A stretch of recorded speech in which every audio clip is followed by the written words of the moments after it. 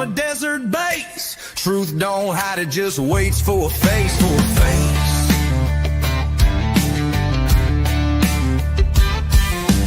Big footprints in a pine-slick path. Bob Lazar files with a government laugh. Court dates lost in a sea of red tape. We ain't 10-4, we just stay awake. True crime tales in a borrowed voice. We speak for the silence, not by choice. Got boots on the dirt and eyes on the skies, digging up stories they hoped would die. Might, truth, and thunder, we don't back down. With a Bible in the glove box and boots on the ground. Aliens, lies, and backroom deals. We break that silence, 'cause the soul feels real.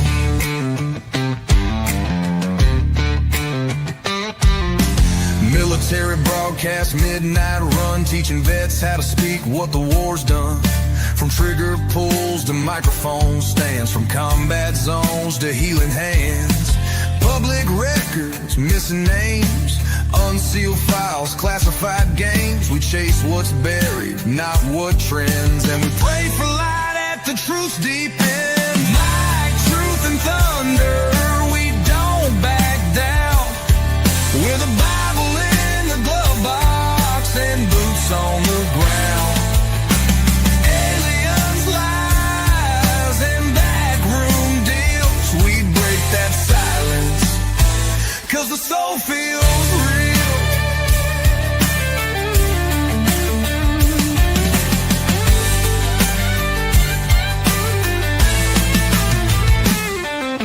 Some chase fame, we chase the facts. Some fold quick, we read the tracks. It ain't paranoia if it's always been there, and we ain't scared to lay it bare.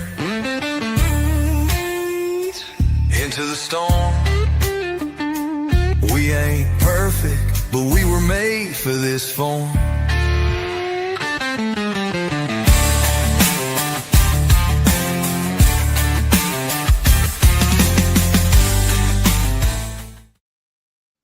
Hello, everybody, and welcome to Into the Weeds podcast here on Military Broadcast Radio. I'm Amber. And I'm Alora. And we want to thank everybody for coming tonight. I know this is not about Gypsy Rose, so I really appreciate any of you guys who are sticking around to watch our other stuff, because I think we got some good stuff. Absolutely. Yeah, but in the meantime, while we wait for our guest, Alora, how has your opinion changed on everything since we have read so much? I don't think that my opinion has so much changed. I just think it's very interesting to see that Gypsy hasn't changed at all. At least it seems. She did a little bit of a response clap back to say that she was unbothered, but I don't think you get back on TikTok if you're completely unbothered. And this isn't to piss off Gypsy. No. This isn't to expose her or anybody else necessarily. It's just to kind of seek what the truth is. And it seems like we're getting kind of a clear picture of that. What do you think? Yeah. I mean, I don't know. I really hadn't invested any time in actually like really thinking about all of the manipulation and everything. Like I've seen it and I've thought about it, but really thinking about it. Wow. I'm a little shocked, actually. I am a little shocked by our last email, and you know, we're not going to really talk about that, but what I will say is we decided that after that we were just going to put out all of the messages and you guys can read them and form your own opinions for yourself. We're not accusing anybody of anything, but we felt like it would be wrong for us to just completely leave something out while reading all of, you know, and airing out all of Gypsy's dirty laundry. So, yeah, it's more about history and stuff like that for me. And I just kind of fell into the rabbit hole, unfortunately. We kind of just landed here, but we're sharing all the information that we're getting, and I hope that it is useful for other people to spread the message far and wide. And so, yeah, hopefully people really look into those documents and dissect them in a way that is helpful. Yeah.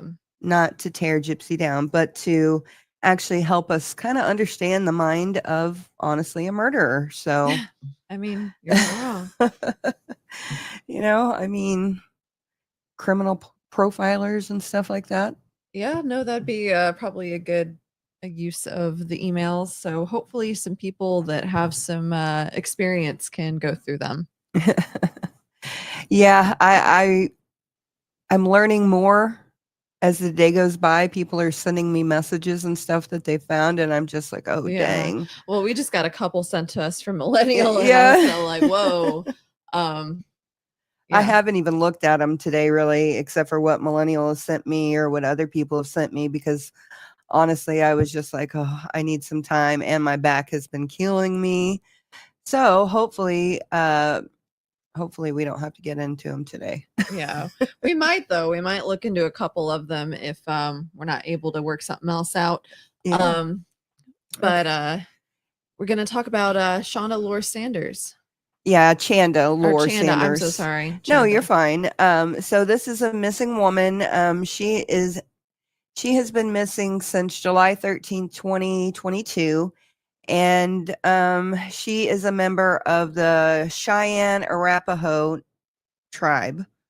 And there was a possible sighting of her in Oklahoma City in 2024 at the Smokapalooza, but we're really not sure if that was an official sighting or not. Mm-hmm. Her family seems to think so, but officially she hasn't been seen since June 29th, 2022 from Brownsville. And I have actually spoken to the detective in Brownsville.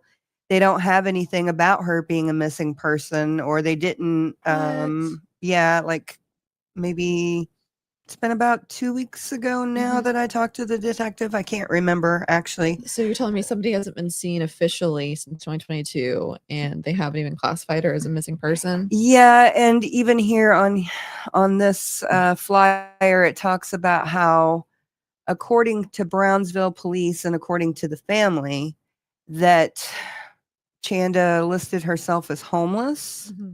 So she's not officially missing. But then when the family talked to them... So you're telling me a homeless person can't be missing?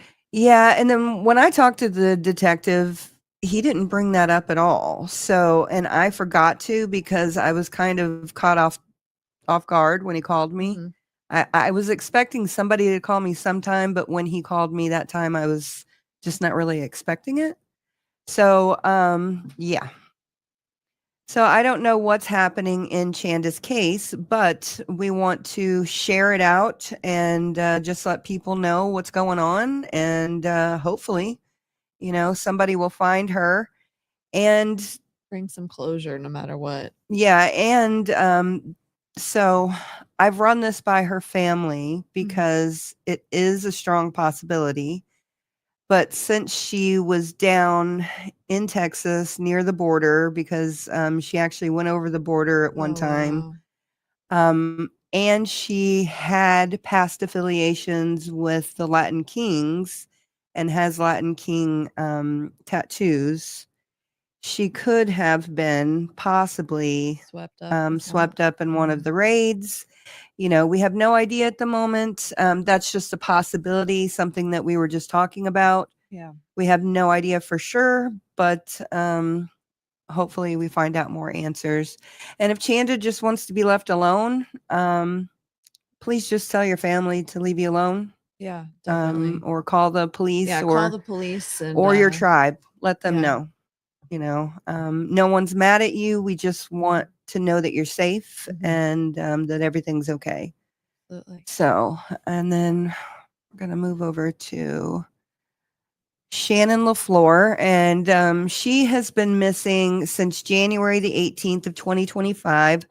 She was last seen on 6th Street and South Park View Street in Los Angeles, California. And she is a member of the Choctaw Nation.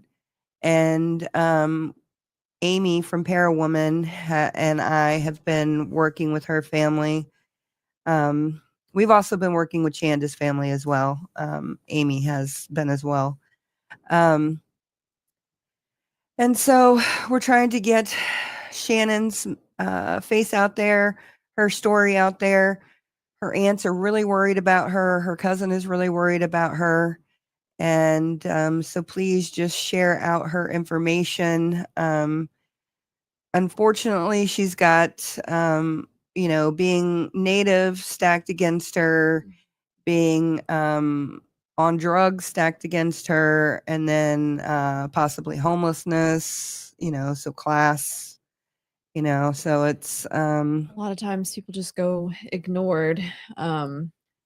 And it doesn't matter who you are or what you've done, your life is just as valuable as a CEO. You know what I mean? Like, it's ridiculous the amount of effort that they put into rich, white, pretty, all that stuff, missing girls and boys and stuff, and they just completely ignore indigenous women. It seems it's a whole epidemic. There's a song really that we've played in the past on this channel or whatever, and it kind of goes over all of the missing indigenous women. Yeah, and actually we might take a break and show that here in a little bit. But yeah, I would really appreciate it if you would please share Shannon's story out there and just let everybody know that she's missing. And she went missing with her boyfriend, and her boyfriend's name is Nate. I don't remember his last name, but from everything I understand, he just won't answer any questions about Shannon. Oh, so we know where Nate is, but we don't know where Shannon is. So people have been in contact with him at certain points. Okay. But every time somebody finds him, he won't answer any questions. That sounds a little odd. And then there was a weird message that Amy from Parawomen found on Twitter talking about her death maybe in a basement. Oh. And so if people go back and look at that episode that we did, it's a little interesting because the family said that the home looked kind of familiar. So I don't know. We're just trying to understand what happened to Shannon and what happened to Chanda. So please share. Absolutely. And then we also have Desiree Smith. She's 15 years old, and was last seen in Columbia, Missouri on 12/7/24.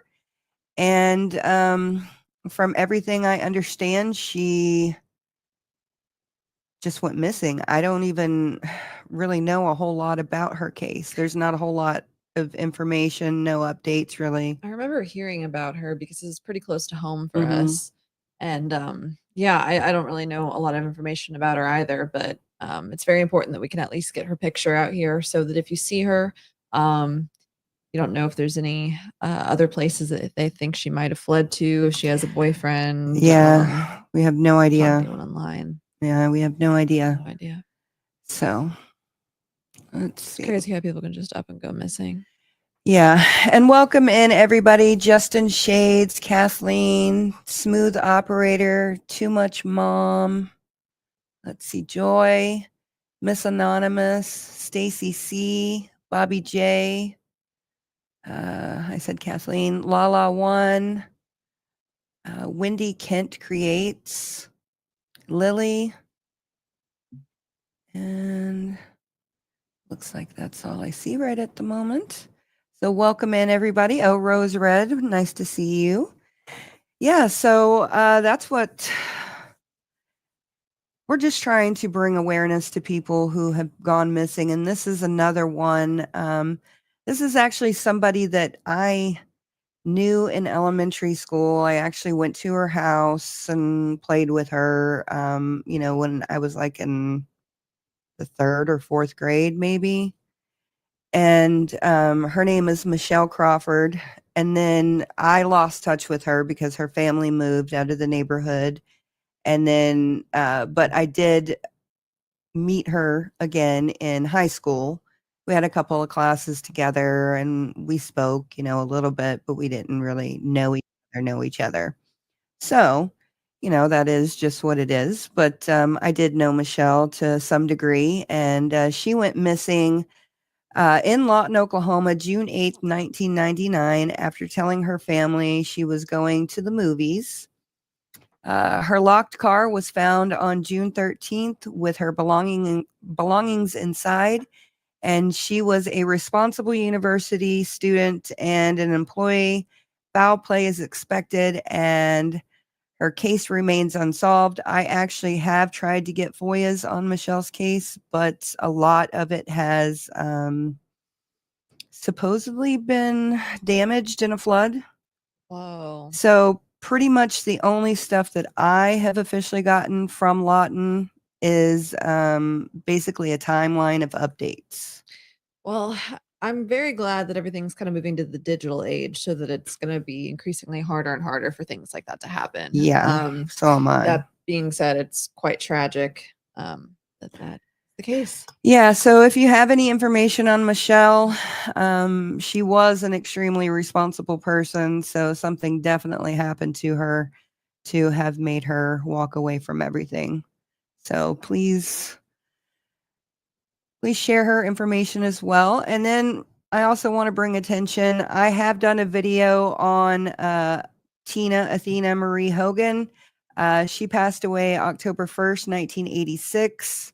I did not personally know Tina, but I knew the man who found her. I mean, as much as you can as a 7-year-old, You guys were vaguely acquainted. Yeah, his brother was my cousin's boyfriend. Mm-hmm. So, yeah. Go watch that video. Yeah. And we have a video on this channel, and then Unsolved No More with Ken Maines also did a video. He was kind enough to take my mom's request on this. This is something that she's always talked about Athena my whole life. And so this picture actually is the only picture that exists of her that we can find.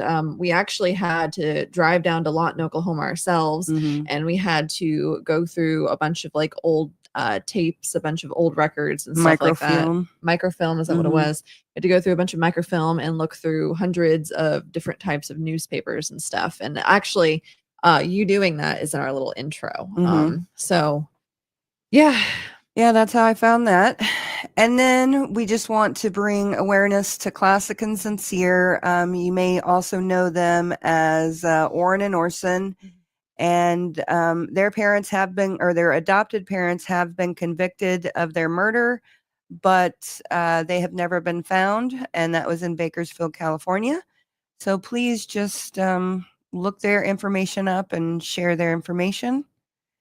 And then we also want to bring attention to Jelani Day and Teron Evans Jr. We have videos with Teron's mother and Jelani's mother. So please go check those out. And now we have our guest here. So we are going to remove this. And we're going to bring our guest of the weekend. The interview of the week is brought to you by Jersey Mike's, a sub above. Hello, Nancy. Hi, Nancy. Welcome. Hi. How are you? Very good. How are you? Oh, I'm fantastic. Thank you so much for offering to have me on your show. I could not be more excited. Yeah, you're welcome. Thanks for coming on. We're excited to talk to you.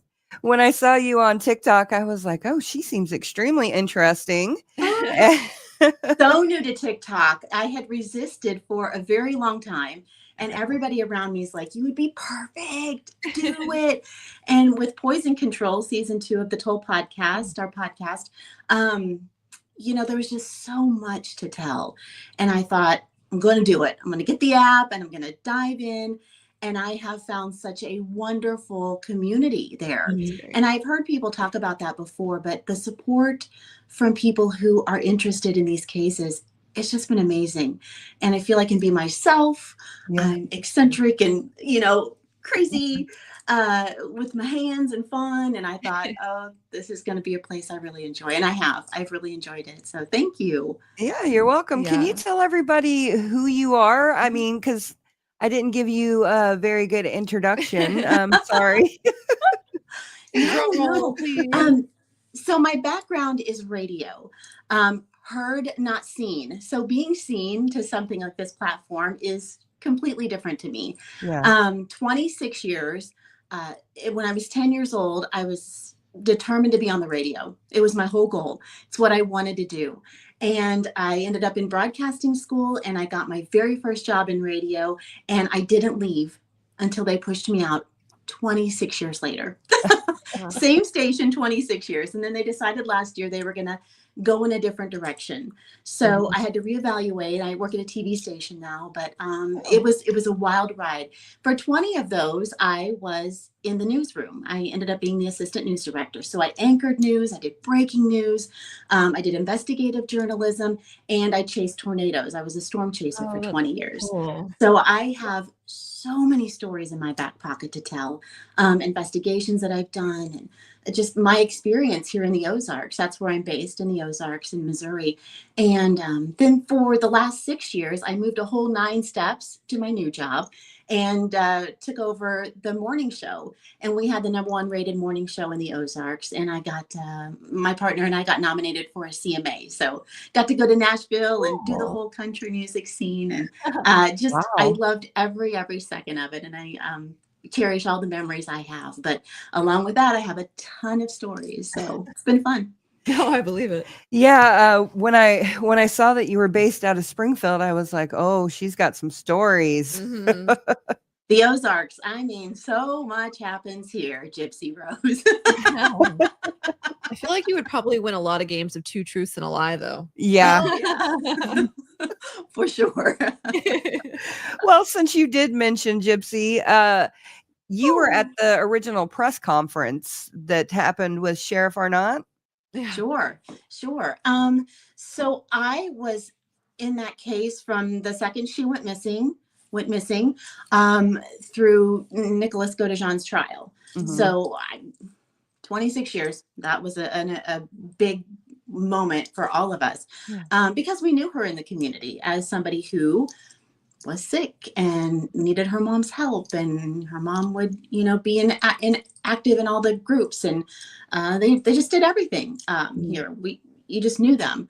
I did not know her personally. I did not know her well. I had an interaction with her before a concert at the station, but we just knew of her. So when this all happened, I was just like, say what? She's in Wisconsin. She can walk? Say what? And then I tell the story on TikTok that we got the booking photo, and it didn't have the sex in there, it didn't say male or female. I'm like, she's a girl, right? So we call Wisconsin, and we're talking to the jailer, and like, is she a girl? Because the booking photo is nothing like, we had, everything's so weird, and all the stories are coming, and what? So he's like, yeah, she's definitely a girl. I go, okay. But then you put the 2 pictures side by side with her and Nick, and they kind of look alike with the shaped heads. And we were just completely confused. I didn't even think about that when before I saw your video. And then I was like, oh, yeah, they do. They look kind of related. I wonder if it was planned or on accident. Right. Who knows?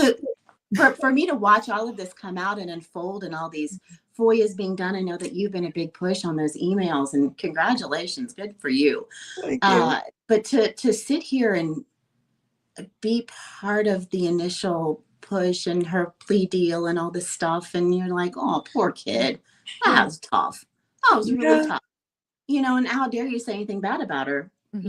Before all this, because people would just really come to her defense. But with all of the stuff that's been uncovered, really, and not a lot of people are on TikTok that I'm around, and I'm like, have you heard the Gypsy stuff? No, what are you talking about? Wow, it's mind blowing for all of us. I bet it is. So when I heard that you were part of that whole interaction and everything, I mean, from seeing her outside of the radio station to actually watching the press conference, my one thought was, how did Gypsy actually act before the crime? Did she actually act like she had a mental deficit? So I'm getting ready to release a bonus episode for season 2 of the Toll Poison Control, because it's about a poison case. And so it kind of had that Munchausen by proxy feel. So I'm doing a bonus episode, and my friend Emily Wilson, who's doing it with me, had interaction with Gypsy. And so I asked her about that. That piece is actually being mastered, so it'll be out soon. But, it's just, she says that when she was around her, she just felt that this girl was older than she appeared, that something was off, but she is sick and she is in the wheelchair and her mom is babying her, so when you have quick interactions like that, it's hard to judge, right? You can feel something's off, but then you walk away and go on, but there were rumors pretty quick after her arrest that she would get out at night and walk around and meet people in the neighborhood. And, there were a lot of people who knew she could walk. And those stories came out pretty quick. But even so, we were like, say what? Because everything got swept under the rug and the plea deal came out and that was that. It was a nice bow, nice package. And then, she goes on shows like Dr. Phil and the Hulu and the HBO. And you think they dig. And, they don't have to, that's sensationalized television too. So yeah, it's really wild to watch this unfold. Yeah. The story that was painted is it's quite a show. So, I can understand why people would latch onto that. And it's like, you never want to question somebody's abuse. I still even feel bad about that. I still feel like there had to be elements of it because just the whole thing was not normal. You can't just treat your kid like that and, allow that and be normal. But at the same time, it's like the evidence is just showing something totally different. And Dee Dee was completely a grifter. They were both getting stuff out of it. And I always said that, like Gypsy, that's all she knows is manipulation. No matter what happens in her life, it's going to end in tears because that's all she knows. And it was just, they got everything they wanted to be able to go on trips and get the house and all the Disney stuff. And it was just a big grifting situation. So it was so codependent. Wow.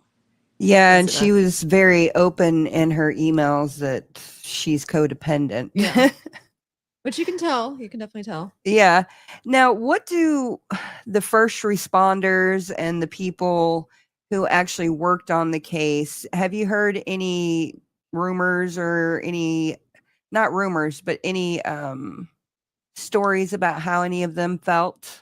No. Or feel now that this is coming out. But they had to know, right? Because you watch the interrogation, you watch her in the room and the interaction with the officer or the jailer, whoever that is, her talking about being at Disney and eating all the sugar and running up and down the streets. Even walking around. So they had to be talking amongst themselves that this girl is a master manipulator and something is off. So I would say to them, a lot of this isn't surprising. No, not surprising at all. Yeah. Sheriff Arnott, I believe he knew, there were probably things that he couldn't talk about. Yeah. Well, it seems like the sweetheart deal was just kind of like a whole PR thing. Cause prosecuting and putting her in jail for life, her being the sweetheart that she was, I'm sure that would have been really controversial and it would have been a really hard pill for the community to swallow. But the narrative that was built around it is wow, with all of the stuff coming out. Wow. Yeah. Yeah. And one of the other stories from Springfield is the Springfield Three. Oh, yeah. Now you've actually talked to somebody who confessed to being the murderer. Oh, wow. Really? Yeah. And for people who don't know, the Springfield Three, there's 3 women who went missing, a mother and her daughter, and then her daughter's friend. And I think I can't remember their names at the moment. What were their names? Cheryl and Susie Streeter and Stacy McCall. Yes. Yeah. And I have actually driven past that house as well. And that's an odd neighborhood. It comes straight off of a major road. And the last time I drove past it, it was like a rehab facility or something like that. And then like 2 or 3 houses later, it's like these big, elaborate, beautiful homes. And I'm like, wow, this is so weird. I don't know. I just got a weird feeling when I went in there. On Delmar Street. Yeah. Mm-hmm. Yeah. So tell everybody about the guy who called you. Well, it was 2003, right before Christmas, and he called initially. We did news live, so every half hour was the race to the top and the bottom, so you were busy.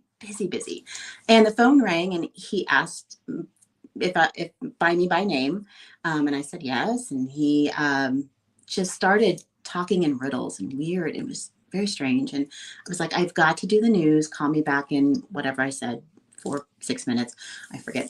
And like to the second when I was done, he called back, and I was like, wow. That's weird. And so I hit record, and then so that is what you hear in season 1 of the Toll podcast, The Path Back Home. It's in episode 2, and I talk about this and play the tape parts of it, so you can hear his voice. But yeah, he just started talking about how he was the one who killed them and things that happened and why he was calling now. And I didn't know what was happening in the moment. You're just so taken aback and confused. So I just tried to keep him on the phone, and I just tried to keep him talking. And you're scared, and you're trying to think of questions and trying to figure out, why is he calling and why now? So after I hung up, I called Prosecutor Daryl Moore, and I said, hey, this guy just called and confessed, and I don't know what to do with it. And he said, I have had 1,000 people say I know who did it. I've never had one who said it's me. Can I have that tape? And so the race begins, right? I have to call my news director to see if it's okay to release the tape and what that looks like legally on our end. And so we were part of Journal Broadcast Group at the time, which is WTMJ, our mothership. So that's a big deal. So very quickly, the back end starts working. So I did Truly Applegate. His lead detective came over and got the tape, and they went through it. They transcribed it. So that's the transcript you see on TikTok right now that's going around, and Facebook. But yeah, it happened in 2003. So it's right before Christmas. Officers take off. There's CU references and city utilities and houses and areas that he's talking about. And so they're just doing their thing. And I know my news director got in his truck and drove all night, mapping out things and trying to make sense of it. So nothing ever came of it, of course. Yeah. The lead detective on the case, the detective who was handling me at the time, a few days in, and it wasn't quick, it was several days in, said, we found him. He lives in Florida. He has ties to the Ozarks, and he was intoxicated or on drugs or whatever. And he's embarrassed about it, and that's it. Interesting. Wow, they just who is he? Why'd he call me? Why'd he ask for me by name? Why is this happening? No, it's an open investigation. Do you think that it held any truth to it? I don't know. You don't know? I don't know. And you have to understand, I know people are asking me now, like, what, did you get the car? Did you go? Did you, I didn't. I had so much going on. I had a 1-year-old. It was Christmas time. I'm trying to get them out of here. I don't know who this guy is or what he's doing or why he's calling. I'm dealing with the station and what they're dealing with the attorneys, trying to figure this out. And I'm being pulled into meetings of, if this is real, if this guy is true. I guess our station did break the 3 missing women story back when it happened in the 90s. And so this was going to be a really big deal if we could solve it. It was going to be the whole circle. And so these are the talks I'm in these meetings. And, if this guy is real, we can bring in attorneys to help you, but we can only do so much. Like, you're going to be on your own, kid, and what's happening? My God. So I have a lot going on back at the station, and I'm trying to stay safe because my family is away for Christmas. I'm staying elsewhere because I don't want to be at my house. I don't know who he is. I don't know where he's at. So yeah, no, it was quite the ordeal that I was dealing with that on that side of it. So I knew the officers were on it. I knew they were pulling CU records. I knew they were doing what they could to try and figure this out. I was reading in my journal because there's only 2 stories I kept. I thought it was just one, but there was 2 stories that I kept a journal on. And there was some old bones found over in Lawrence County, which ended up being a place for a dig, I think, later on. But I don't think it was associated with this, but it was just weird timing. They had to go and figure out where these bones were and what they, yeah, it was just weird timing. So there's a lot going on in that story. Yeah, I could tell you a whole lot of things that I've been told. We'll have to have a conversation one day. Oh boy. Not about that case or anything, but just a whole bunch of, I can imagine working at a radio station and then just knowing all the people around there that I'm sure people divulge their deepest secrets to you half the time, right?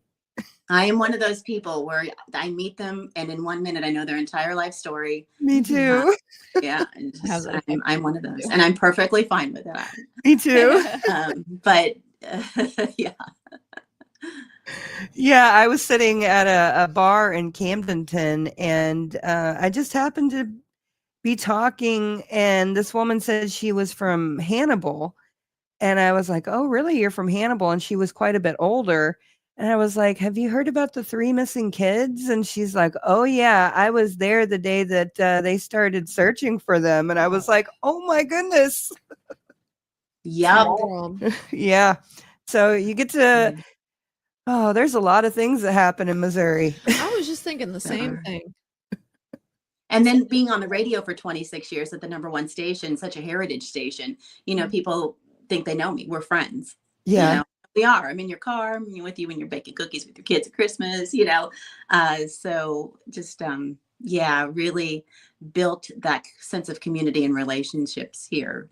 So the kid, she doesn't remember this because she's too young. But when I was a kid, the news anchors and the weathermen were our lifeline to everything. So I still remember the news anchor, Jan Stratton, and I think Mike McDonald was the weatherman, or he was like the co-anchor or something like that.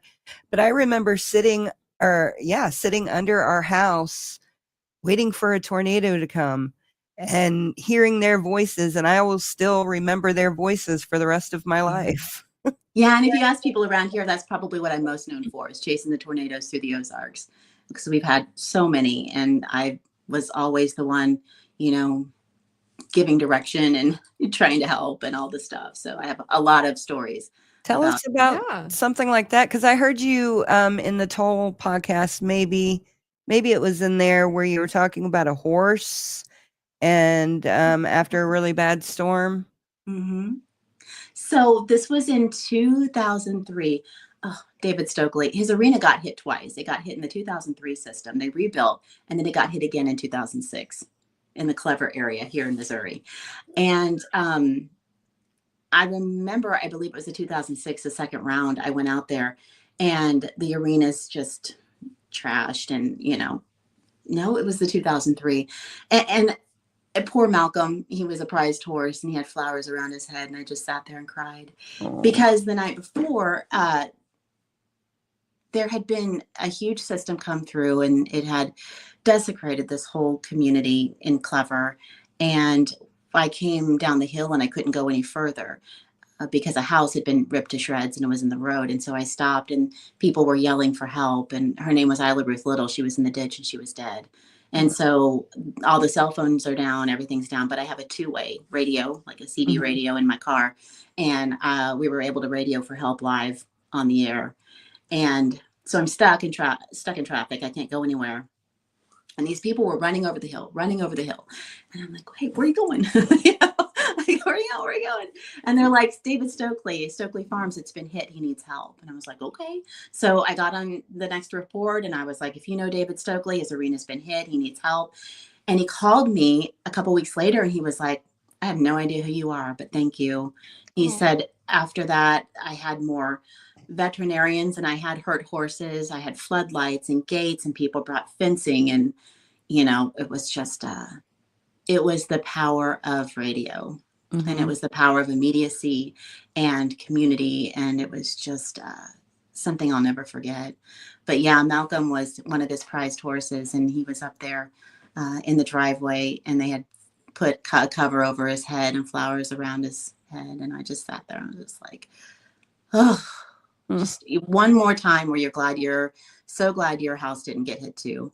Oh, you yeah. know, going out into these communities and just talking to people and their worst time, like the worst tragedy happening to them, and happen to be like, hi, Yeah. how are you? I'm so sorry, you know, and try and just talk to them. But it, yeah, those are stories I'll never forget. That's a crazy story. Mm-hmm. So how did you get into storm chasing and then storytelling, like the Toll podcast? Well, storm chasing came with the job. So it was journalism / chasing tornadoes. Okay. I don't know how I got roped into that, honestly. But being young, you know, okay, let's do it. I'm going to stay for decades. Props to you for taking it on. Yeah, right. Right. And the newscast back then, when I started the station in 1998, and the newscasts were long. You know, we could do features and tell stories, and that is just what I loved. And as the years go on, it's just shorter and shorter and shorter, and it's just headlines. You know, it's 2 or 3 sentences, and I'm like, that isn't fun anymore. You know, I want to go tell stories. And I was talking to my friend Jay, who worked for our top 40 station, and we started talking about Serial, the podcast. You know, we're like, oh, we love it. How cool is that? And we're like, I could do this part. And he was like, well, I'm the sound guy. Like, let's do this. So we put together the Toll podcast, and it's hard. It's really hard. You do it right. The first one took me 3 years. Poison Control season 2 took me 5 years. And it's a long, long time, because with journalistic integrity, it takes time, and you want to get it right. Yeah. And there are aspects of season 2 where I would love for FBI agents and investigators to re-engage in this case, because she was investigated by the FBI for 4 years. Wow. So I would love for them to re-engage, and you can only do that if you tell a story that's true to the best of your ability. You know? Yeah, so let's tell everybody about that. There was a woman named Jeannie, Jeannie, who is suspected of being a serial killer through poison, and also Munchausen by proxy. Yeah, so she was a woman who actually lived in Holt Summit at one point. Yeah, it really starts in Kirksville, Missouri. They traveled. I don't know if you saw that series I did on it, but they traveled. I'm on number 7. 10 or 12 times in 10 years, like all the cities up in northern Missouri. And it was, you know, sometimes 6 months, sometimes a year, sometimes, and it was so much. But they said that they were traveling for his job, and her daughter, who wanted this case to be brought to light, and that's who I work with. Her name's Jeanette. She said also it's because they were part of the Mormon church, and they could get a lot of help if they kept moving. And it's just a lot of factors. But it starts in Kirksville. And then it starts moving to Ottumwa, Iowa, and then off west as she moves and collects husbands. So, yeah, she's on her 4th marriage, and she lives in California. Oh, right now? Ooh. Okay, so this. I know some people in California. So this woman, she married 3 men who have passed away from what looks to be poison. And from what I understand, because like I said, I'm on the 7th episode right now, it seems like there's evidence that Jeanette's children were poisoned with cyanide or arsenic or something like that. Arsenic. And Candy that lab tested positive for arsenic. Yes, ma'am. Yeah. So why is this woman not in prison? And I encourage everybody to go listen to the Toll podcast so you understand what we're talking about. Don't want to give everything away, because I want you to go listen to it. Yeah, that's why I'm being a little cryptic. Yeah. I will say, here's two things that I'll say to hook you. She was investigated by the FBI for 4 years. Poison is very tricky. You have to test for the things she's using. She was a huge student of Agatha Christie. So once you start diving into that and knowing that she used that as her guide, then you understand very quickly that it's hard to pinpoint what she was using at what times. Allegedly. Did she even fake her death like Agatha Christie at one point? No. Oh, okay.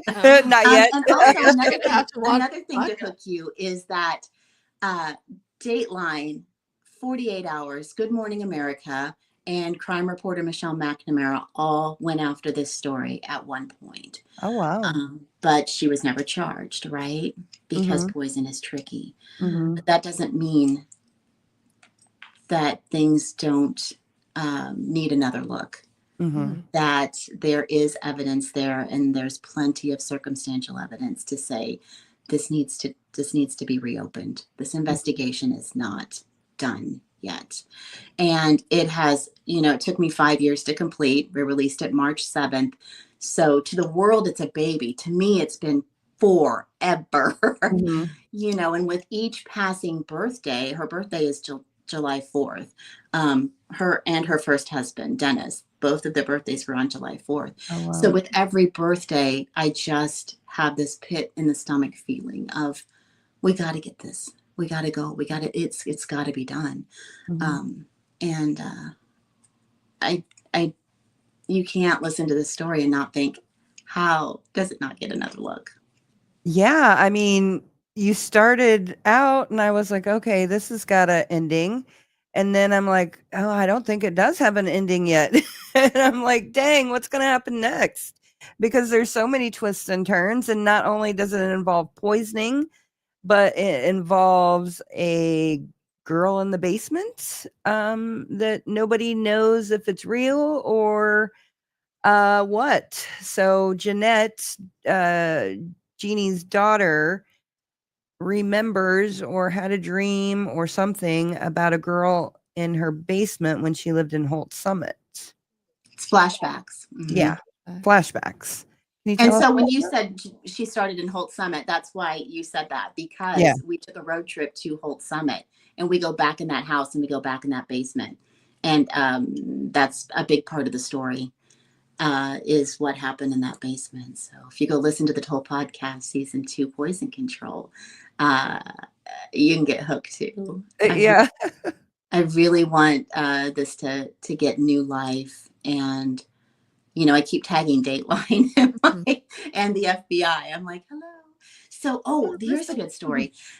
I was outside doing some chores and I get a message from Jeanette and she was like, hey, oh my gosh, I just saw Agent Steve Cadiz, and he's the FBI agent who took over. The first agent was on the case from the beginning. He retired after 24 years. Wow. And this poor guy, Agent Steve Cadiz, takes over. This behemoth story, right? This case that just, there's so many people and husbands and tests being done, and it wasn't fair. But he is on a show on Netflix called My Worst Roommate.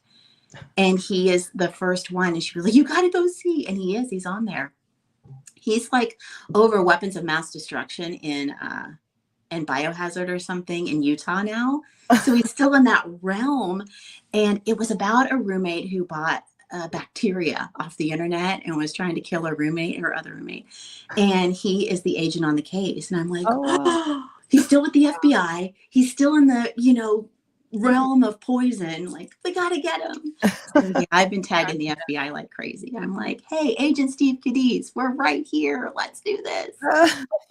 I hope you get it. Now, can you tell us a little bit about Shirley Jane Rose? Oh, yeah. Thank you. Yes. Season 1, The Path Back Home of the Toll podcast, is about a little girl who was abducted and murdered here in Springfield, Missouri in 1975.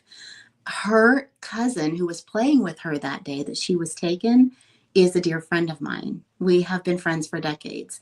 And we were taking a trip to St. Louis to a ball game to see the St. Louis Cardinals. Mhm. And she was telling me the story about her cousin being abducted and murdered, and nobody had ever been found for the case. And then I tucked that away and totally forgot about it. So as we were developing this podcast, there were a couple of stories that made the list that I had looked into and that kind of didn't go anywhere. And then I remembered Shirley Jane Rose, and I was like, well, let's do this. So it turns out she was abducted on my son's birthday, October 17th. Mm. And I thought, and it was just weird, the whole synchronicities thing. I truly believe in that. And it was a sign that this is the one I should go after. And also for season 2, it's Jeanette's birthday. Oh. So when we talk about season 1 and season 2 integrating, it's because the question is raised, did Jeanette's dad kill Shirley Jane Rose? There's another hook for you. Oh, yeah. Yeah. Mm-hmm. So, yeah. Season 1, I didn't have a lot to go on with Shirley Jane because it was so old. It was 4 decades old, and it was so cold. So I started integrating some of my own stories from the Ozarks into that season, out of necessity and out of just, trying to keep the story going, tie-ins that happened here. And then I heard of a ghost story coming out of this. And I was like, okay, this was not the path that I saw going. This was not the path back home that I saw going. But I couldn't ignore it. And so the place that Shirley Jane Rose lived was said to be haunted by her ghost. And when you come from journalism like I do, to go down that road feels bad. Yeah. It feels it feels weird. Disrespectful. There's nothing concrete there. And yes. And you feel like you're doing a disservice to the family, and you're just like, ooh, but it was undeniable. And and then, I have this video when the Ghostbusters came, I just couldn't ignore it. And I felt that, as weird as it is now to say, I felt that Shirley Jane said it was okay, to do this. And I was like, okay. And I had lots of audio, and I had a video of a ghost, which you can find at thetollpodcast.com, that the people who live there now gave me. It's actually an office. It's called DeLong Plumbing. It's on Scenic, and it's actually a plumbing office that they use. And I called them up and I was like, hey, I heard you have a ghost video. They're like, come on over. Oh, yeah, we do. And their enthusiasm for it, and their stories that they had, and other people that I was able to get stories from who'd worked in the building. And it just ended up being very interesting, a very interesting element to it. But yeah, I didn't have a lot to go on with Shirley Jane Rose, but there was a man who was under suspicion for years who was said to be the one who did it. And so I kind of go down that road of, could he have taken Shirley Jane, and the reasons why. So. Yeah, after I listened to it all, I wasn't sure, especially considering the fact that he had a lot of mobility issues. And I'll let everybody listen to that because it's very interesting. But yeah, I have a childhood thing that I've been trying to figure out forever. And so one day, hopefully, I'll get the answers to that. So I know how once you get a story that it's like you really want to know the answers, you want to know what really happened. Like, it's never going away. And this is Athena has kind of been someone you've been passionate about trying to figure out what happened to her, and it's very similar in the fact that it's gone completely cold. It's been what, 30, I can't do math, but it's been a long time. Yeah. And it's been out of the public eye. There's so little information about it, no matter what you do or where you go. I mean, like we said, she literally had to go and scroll through all these different pictures and stuff on a screen to try and even find this picture of her. And it's the only picture that's available. And it's just so sad to see that, especially a child's case going cold like that. And I would have thought that the fascinating fact that she was out selling candy bars for a school fundraiser would have really latched or hooked some people to really want to look into this, but maybe because there's not enough information out there. But even me as a novice, you know, I've only been in children's and youth ministry and in the Army. So I don't know how to, you know, do all of this, but I've even found some stuff that I'm just like, oh, I forwarded it to the detective because I was like, do you know about this? So, you know, one day, hopefully we find the answers to it, but hoping so. Yeah. But I admire you for sticking to a story that long, you know, that you actually want to put out stuff that matters. It's fully researched, a whole timeline put together. And I have such trust in the community, and that makes it so much easier. You know, when I ask for an interview, they trust that I'm going to do the right thing with it. You know, I'm not trying to bait you. I'm not trying to trick you. I just want to see if we can find the truth. Tomorrow, I'll be releasing a video about Gloria Barnes. That's a spotlight story that we do in the Toll podcast. She will be found tomorrow. Tomorrow is the anniversary date of her being found here in Springfield on a truck stop lot.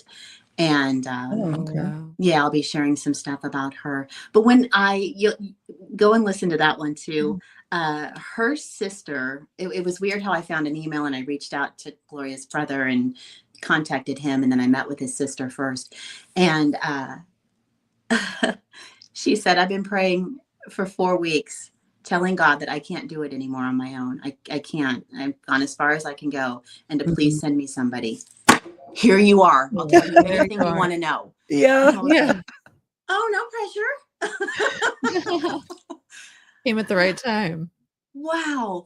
So she brought everything, and they both opened up and told me things they had never told anybody. And so I had to go down that road. And I actually they hired a cold case detective here in Springfield.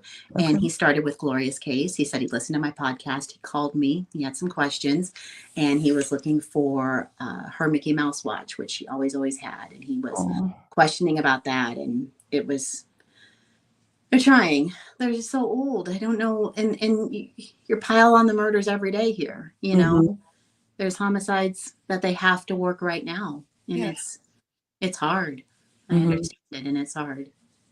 Yeah, my hometown of Lawton, Oklahoma is known to be a place where you can commit a murder and get away with it because there's so many people in and out from the military and then from truck drivers and all kinds of different things. So it's there's a lot of them. There's actually a serial killer that they've never been able to figure out who it is. So yeah. There's a lot of stories out there, and I'm just thankful that you have picked a few, you know, to highlight that no one has heard of, because unfortunately there's so many of them that aren't told or even thought about again. Like Tina's murder. I remember the detective emailing me, and he's like, because I asked for a FOIA on her before I even knew what I was doing or anything, and this was quite a few years ago, and he's like, hey, he called me and he's like, why are you looking into this case? No one has looked into this case in over 30 years. Wow.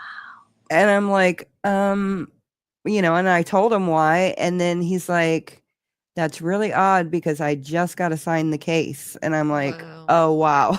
The timing of that. There we are. Yep. Well, hopefully it's incentive for him to really take it seriously, because there are still people that are thinking about her. Yeah, and I did find her best friend, and I found a couple of people that lived in the neighborhood, and unfortunately they haven't been prepared to talk yet, but at least I'm keeping in touch with them. Yeah, so that's all that matters. Well, as I said with season 1 of The Toll, I didn't have a lot to go on, so I had to tell a lot of my own stories to pad it. But what that did for season 2 is it allowed Jeanette an opportunity to learn more about me. You know, so I feel like it was meant to be that way, to get her story. So I just was able to be a person who she trusted immediately, and we had a similar background, and she liked my storytelling, and she's like, okay, you're the one. Like, after all these people tried to get this story, she's like, you're the one to do it.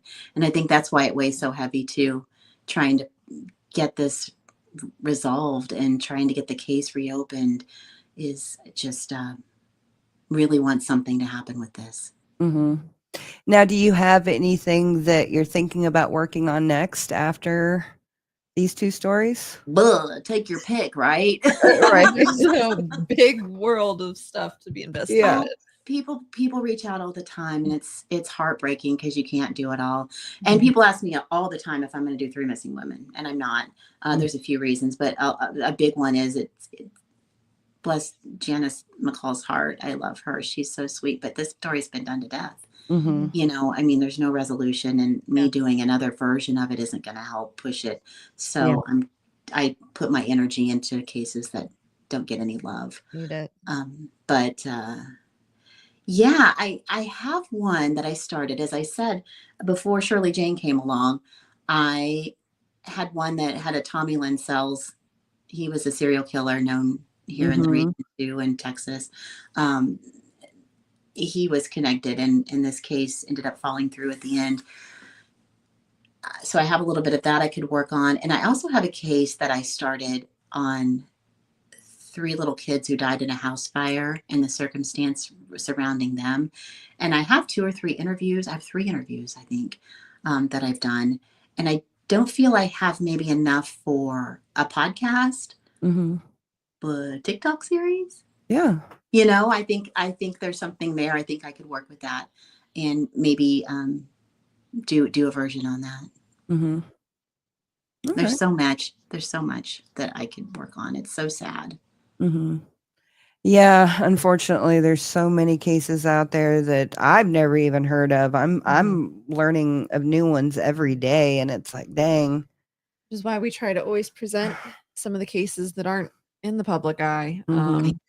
We try not to, I mean, I know the Gypsy Rose thing has been done to death, but we try to not cover something unless there's something we can add to it. Every day there's something weird you can add to it. Yeah. Yeah. It's just a spiraling pole of weirdness. Every day it's so wild.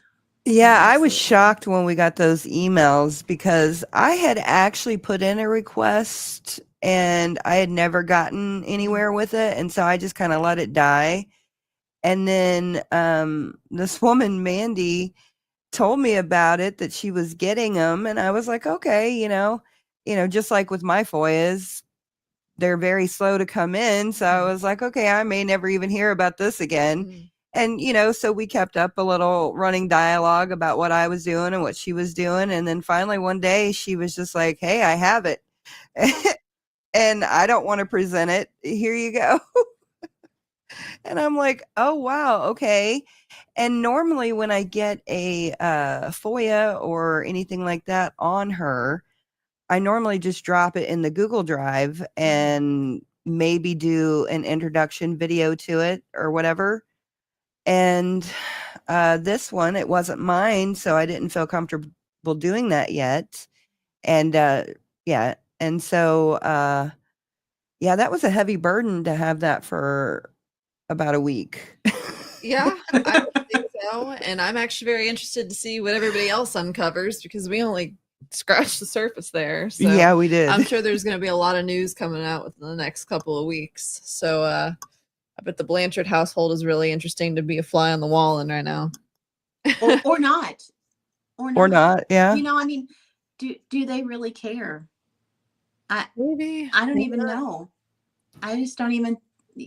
There's no way she was ever going to keep up with the lies, and I don't think she even cared about that. That's how I feel now. Mm-hmm. Yeah.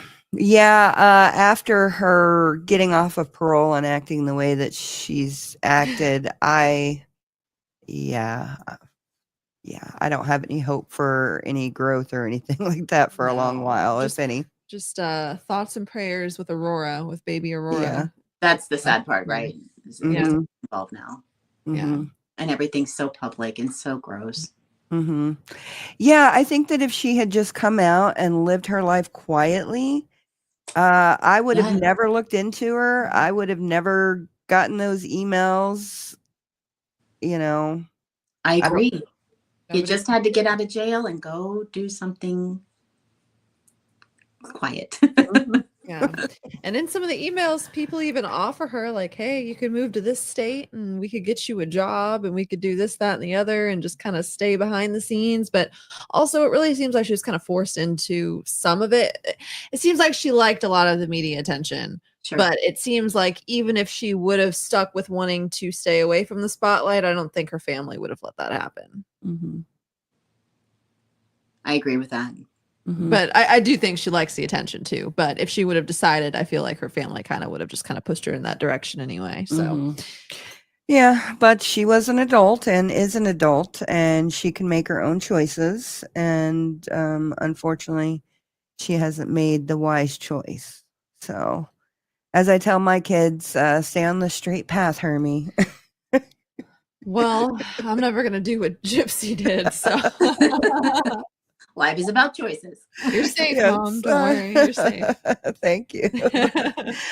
Well, Nancy, is there anything that you want to promote? I know you're going to CrimeCon. Is your podcast up for an award this year? We have entered season 2, Poison Control. Can I tell you about last year at CrimeCon in Nashville? Yeah. Did you go? No, this is going to be our first year. Yeah. Oh, I can't wait to meet you. It'll be really nice to meet you too. I can't wait to meet you in person. So we had just gotten there at the Grand Opry Hotel or whatever. Mm-hmm. And I was with my sister. Jeanette actually went with us to CrimeCon. That's awesome. It was very interesting. And we weren't there 3 minutes in the lobby, the main lobby. And here comes Carrie Rawson, BTK's daughter. Oh. She's got a film crew behind her. She's a very tall woman. And she's walking. And as it always happens, she walks right up to me. Always. I don't know what it is. And she asked me a question. And I'm just like, bah. And my sister's like, I think it starts at noon. And I was like, that's Carrie Rawson. And she's like, no. And that's how it all kicked off within 3 minutes of being there. Wow. But Carrie ended up telling her story. She did a victim witness statement reading, which I did not go to. So there's different classes and courses you can go to throughout the days there at CrimeCon. And I did not go to that one, but she had revealed the flashbacks, like you were talking about, Amber, that something in her mind was flashing back, but she couldn't pertain it to herself. Mm-hmm. And then when officers found his diary in Oklahoma, Dennis Rader's diary, it solidified what she thought, that she had been a victim of his also as a toddler. And then he had pictures of stuff dressed up like her, and it was terrible. But we went to the next class with her. And the next class, I was sitting by Jeanette. Please go listen to Poison Control, season 2 of the Toll podcast. This will make more sense to you. But Carrie was talking about how after she read that statement and after she revealed that to the world, because she always felt like she was a victim, but never treated like a victim. Mm-hmm. That makes sense. Yeah. Because her family was scrutinized and villainized, it was just all of it. But she said once she revealed that to the world just an hour before or whatever, the weight of the world came off her shoulders. She felt free. Yeah. And when you listen to the Toll Poison Control, this will make more sense. But I felt Jeanette trying to take that in, like once I give this over and release it, I'll feel better. But you can't feel that in the moment. Mhm. You know, you can't know that that's a feeling you're going to get. And I don't know. It's just so hard. But sitting right next to her and having all this revealed, it was just very crazy.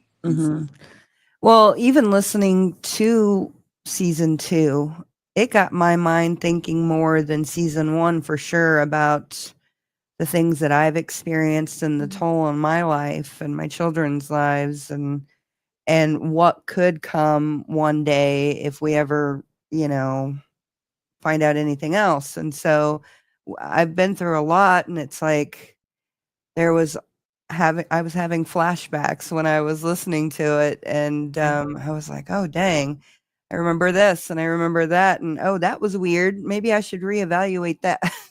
You're not the only one. I've had several people reach out to me, and one we've really dove into to see if there's any substance there, and it is all that. It's something happened to me. I can't put all the pieces together, but I have these fragments, and these people might talk, but maybe not. My heart breaks because there's something there.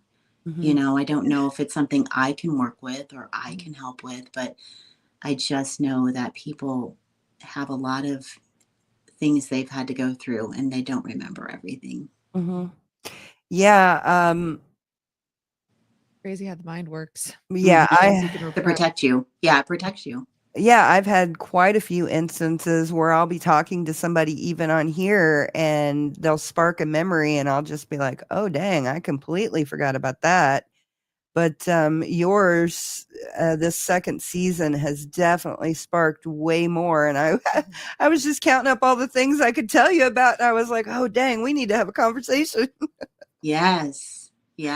So it's wild how the mind works, definitely. And since I've moved here to Missouri, I've even experienced even weirder things.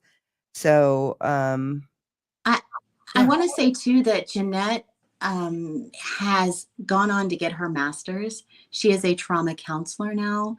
During this 5 years of investigating, she said that she was able to give me all the bad stuff. Right. She was able to put it somewhere, and she's just been so thankful to be able to do that, for it to live somewhere outside of her mind. But what that's let her do is have some space for something else. So she went back, she got her master's during this. She's a trauma counselor, and her people love her because she gets it. She doesn't just listen and evaluate. She feels for them. And she really cares about her patients. She says she's tried to take off vacation and she's like, oh, somebody else can see you. Nope, you're my person, And I just so admire her because I had to put her through the trying to get information and timelines and all this stuff. But I'm just so happy for her to feel like she's giving back and helping and making something out of all this bad stuff. I can say that for season 2 Poison Control, I have put together a timeline that I believe the FBI absolutely needed the first time. They didn't have all of the different husbands and families and cities and states. They didn't have all of that. I've done it all. It's 250 pages. It has embedded documents like police records, medical records, photographs. It has anything you need. I have it all embedded. It's ready to go. It's 250 pages long. And it's as good as I could do with the timeline of this woman's life and where she's been and who got sick when that was around her, who died, how they died. It is ready. FBI, it's ready. FBI, if you're watching this, say hint. Yeah. She's already done all your work for you. All you have to do is just kind of take your power.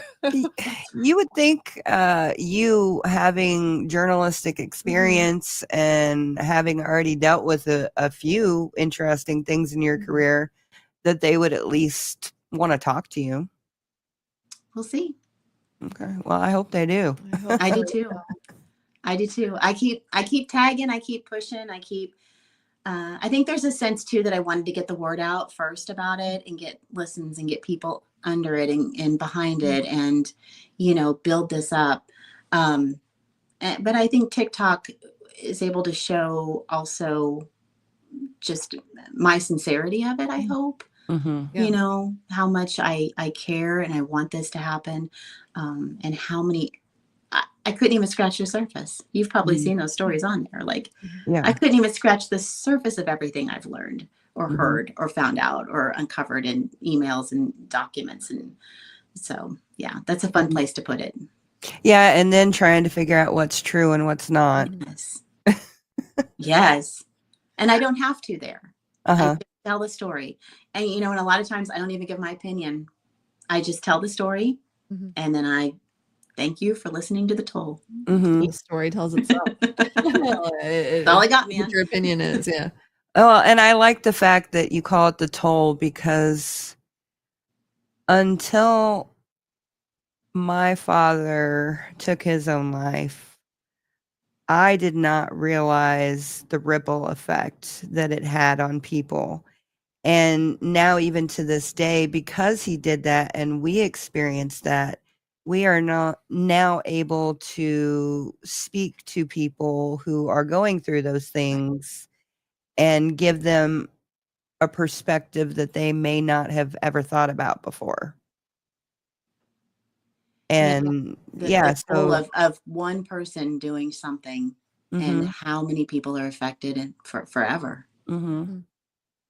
Yeah, and it's like generational sin and all that stuff. I mean, it's like it's all tied in there. It's scary how one choice can affect somebody's life forever. Yeah. Absolutely. Well, thank you, Nancy, for coming on here and talking about that. And I really want people to go and watch your stuff. And you can find her on Spotify, YouTube, and where else? Yeah, iTunes. iTunes. Okay. We'll make sure Yeah, to link what we can in the bio of this video. Thank you. And go check her out on TikTok, please. She's got some absolutely. really good short form videos. Yeah. And we can tell that you genuinely care and that these aren't just stories to you, you know, that you're regurgitating for profit or for, you know, fame or anything like that. I can tell Haven't made time. a genuine interest and passion project and just a care for the people that you've met and wanting to bring justice to their loved ones. So we do thank you for that, because it really does make a difference. Yeah. It really does. Yeah. And people who actually want to know the truth is sometimes rare nowadays. Absolutely. Yeah, you don't have to sensationalize season 2 by any stretch of the imagination. No, you don't at all. No, I started watching season 1, but I'll have to get into season 2 because that's a little closer to home. And Yeah. Yeah. I know people that live out there too. So it's like, yeah. Well, thank you for having me on. I truly appreciate it. I've had a wonderful time, and thank you for letting me get the word out about season 2, Poison Control 2, and Shirley Jane Rose and the rest of them, because they all deserve attention. They deserve some closure. Yes. Whatever that looks like. Yeah. Thank you, Nancy. And I look forward to meeting you at CrimeCon. Yeah, that'll be cool. Fantastic. Thank you. Have a great blessed night. evening. Thank you so much. Bye. Bye. Okay, guys. Well, thank you very much for sticking with us and hanging out with us and, learning about the toll, because I think it's really important for everybody to really evaluate some of the situations that you've been in your life and look at the toll it's had on you, the choices you've made, and the toll it has on other people.